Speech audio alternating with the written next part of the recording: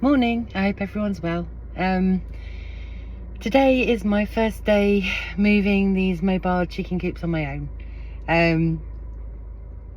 I think any farmer wouldn't think twice about doing something like this. But this is all very new to me. I have moved them a couple of times, so it's not the first time I'm doing it.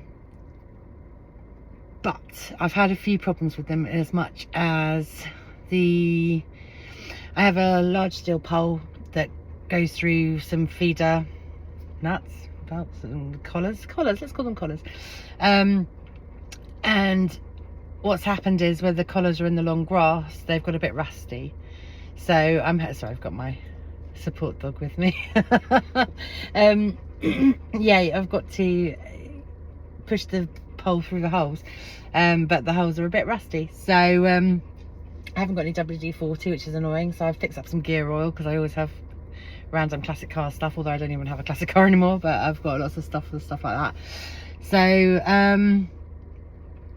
yeah, let's go and shift these houses, because this paddock's going to be topped today. Long story with the grass. Frustratingly, it was due to be cut several weeks ago, but unfortunately the farmer changed his mind, and I did ask one of the other, which is fine, I completely appreciate that, but another farmer locally would have liked the grass, but by the time the farmer changed his mind, it was just too late. The grass had gone too far. So hopefully he's been great, this other farmer, and he's spoken to someone else locally who's got some cattle to come and hopefully eat down this grass, because they don't need any more sugars in their life. So they're just going to give them the dead grass to feed on, really, just to fill their tummies. So yeah, hopefully it will all be being brought down by cattle, but I can't have long grass and electric netting. Obviously I need electric netting for my laying flock that are coming in the next couple of weeks, and because we don't want Mr. Fox or mink or stoats or weasels or badgers or any other predators to be starting eating my livestock. That wouldn't be very financially sound or very nice for the animals. So I've got 100 meters of electric netting, but it cannot be sat in long grass, because it will just earth out, really. It will just keep trying to electrocute the grass instead, which will then just waste the batteries and make the shock irrelevant to the animals that I'm trying to keep out. So yeah, that's being topped by one of the local farmers today. So yeah, just moving the houses out of the way, so that he can do the whole field. Fingers crossed. So all I'm going to do is take this pole,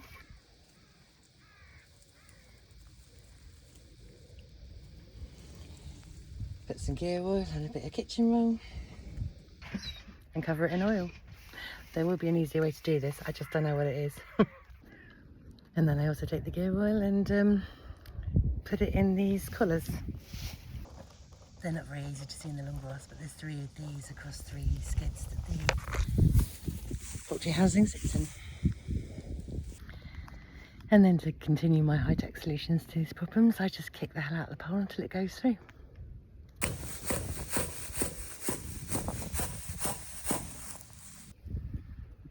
Thus, and then, yeah, we keep kicking for ages because it's a really long pole. And then you get to wrangle it into the middle skid. Then you just keep kicking until finally you have a pole at both ends.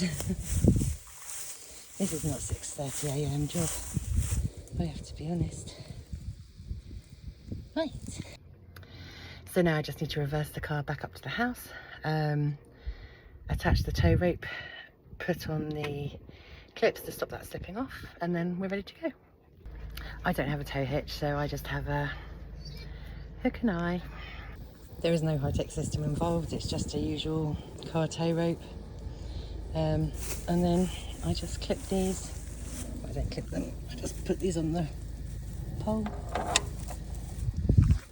Then, as I fiddle in my pocket, There's just a ring to hold it on, and these horrible R-clips that I hate in so many things I have on the farm. Shred your fingers. And I put one on the other side as well, and then we tow. I absolutely appreciate that anyone who does farming or anyone who has horses or any sort of livestock shelter is looking at me going, why the hell is this a video? Some people don't do this stuff, so don't know. And if you don't like, you know, if you're not enjoying it, just don't watch it. But do watch it. And then after some juggling, you're ready to go. Thank you. I am going to need to get a better system going here because, yes, I only have 5 of them at the moment. So it's not so bad. But by the time I've got 40 to 50 of these houses on here, I can't be spending 20 minutes per house to move them, because I'm going to have to move them at least every other month, probably more regularly as the more birds I get. It will drop down to sort of every few weeks. So, yeah. I can't see any point in buying a metal pole for each of these, because I can just get a metal pole for each of the runs. Sorry, it's getting warm in here. Let me turn the aircon on. Yeah, I could buy one for each of them as I go, one of these metal poles, and just leave it in place. That would speed things up, but they're £70 each, and there are still going to be times when I need to put the pole to the other end of the house to drag it the other way. So I can't put them so, especially when I've got more, I won't be putting them so spread out that I have space to get a car in between each of the houses. So I will still have to be moving the pole from one end to the other.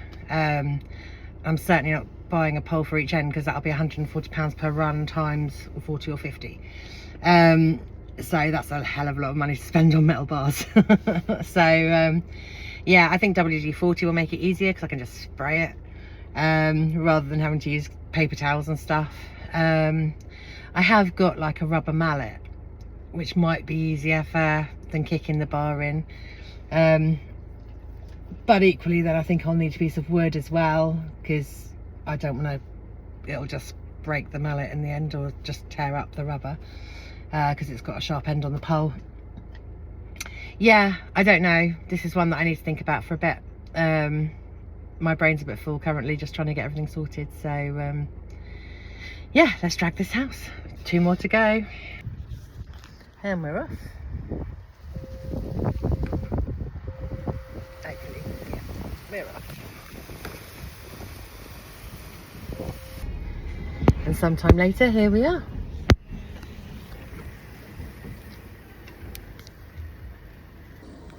Just 2 more to go. But unfortunately it's the worst job first. I've got to get the pole back out again, and I can't kick it this time. And sometime later, with a bit of a gym workout, it's now out and we're ready to do it again. Any suggestions on how to make this process quicker would be very gratefully received. Well, as is so often the case, the second one was really easy and the third one was the worst of the lot.